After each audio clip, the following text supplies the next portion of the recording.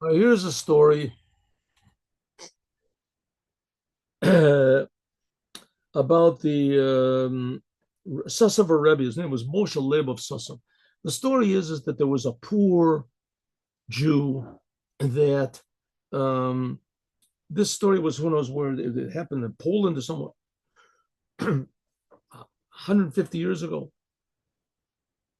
Anyway, the poor Jew, and he eked out his living by he had a wagon, and his wagon he used to take things from one place to another. We would take. He lived in abject poverty. Abject poverty. He made very small amounts of money, but he had two beautiful horses, and therefore that was his only hope. He used to take do jobs with his horses. His wagon was always breaking. His house had all sorts of holes in the roof and things, but his horses were really good. He took good care of his horses, and people were very happy to travel with him. And when people couldn't pay, he didn't get angry with it. Anyway, one day he's riding with his two horses, and suddenly there starts a tremendous storm, and it's from nowhere. And there's rain, and it's just pouring rain, and it's cold, and the skies are dark.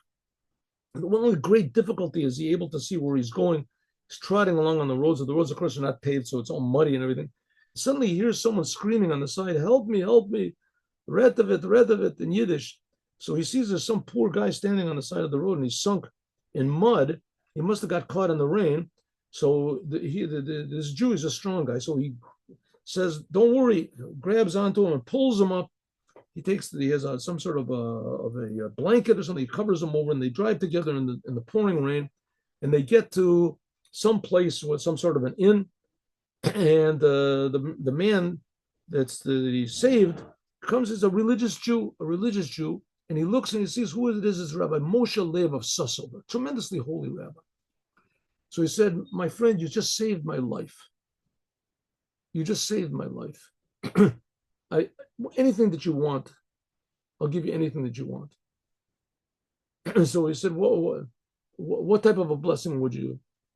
What have you got in your house that's valuable?" He said, "I have my wife, my children. Anything else you have?" He said, "I got my two horses. My two horses are beautiful, wonderful. This is good. One for Passover and one for Purim. One for Purim, one for Passover." So says, "Oh, thank you, Rebbe. Thank you so much." And he gives the Rebbe gives him a big kiss and a hug. Anyway, afterwards, this Jew goes back home. He tells his wife, "You won't believe what happened." He said, I was driving on the road, and there was a big storm, and I saved this Jew, and it ended up, it was the holy Reb Moshe Leib of Sasso. Ooh, Sasso. And he gave me a blessing. Really, what blessing? He said, he asked me if there's anything in my house that's valuable. I said, my beautiful wife and my children. He said, no, anything else. I said, well, my horses. He said, good. There's one for Passover, one for Purim, and one for Passover. I gave us a blessing. I'm so happy. So his wife said, wow, that's amazing. So his wife said, well, what does it mean? He said, I don't know. I have no idea what it means, but it's a blessing. The Rebbe gives us. Anyway, a couple, a couple weeks, months pass by. His wife goes out to feed the horses, and she comes back and she says to her husband, listen, dear, one of the horses, the big black one, yeah, well, he's laying on his back, and one eye is over there, one eye is over there. He's not breathing. His legs is all stiff. He says, what, he died? So listen, I didn't say it. You said it. He goes out and he finds the horse died. What's he going to do? So he sells the horse for whatever he can. He sells the hide. He sells the meat. He sells the eyes. He sells the tail. It sells. He's got money. What are you going to do with this money? He says, you know what? Let's make a big Purim feast for all the poor people. So he makes a big Purim feast for all the poor people. They all come and they're happy. Once the poor people, when are they happy? He makes something wonderful and they're happy, and they drink and they're singing songs to God, and they think it's wonderful. Purim feast, amazing. And he buys nice presents for everybody. No, 1 month after Purim is Passover. 2 weeks before Passover, his wife goes out into the stall to feed the other strong horse, and she finds out that horse also died. Comes back in and says to her husband, dear, remember the first horse? Yes, I remember the blessed memory. So well, what the second horse is pretty much the same, but him is like one eye is looking the opposite direction and his head is back. He says he's also dead. He says, yeah, you said it, I didn't say it. So the horses are dead. Now what's he going to do? He hasn't got any horses. He hasn't got any livelihood. So he goes looking for work. There's nothing to work. There's no work at the fountain. So his wife gives him a couple loaves of bread, and he sets out on foot to find a. So he sets out on foot, and he's walking, and finally, after a day, 2 days, 3 days, so he stops off in an inn. He's all tired. He's knocked out, and he hears two Gentiles, two goyim. They're sitting in the corner, and they're yelling and screaming. That man is an insane. He's a maniac. He is such a terrible person. He is a monster. He was this. So he goes over to these two Gentiles and says, excuse me, can you tell me what are you yelling about? What are you screaming about?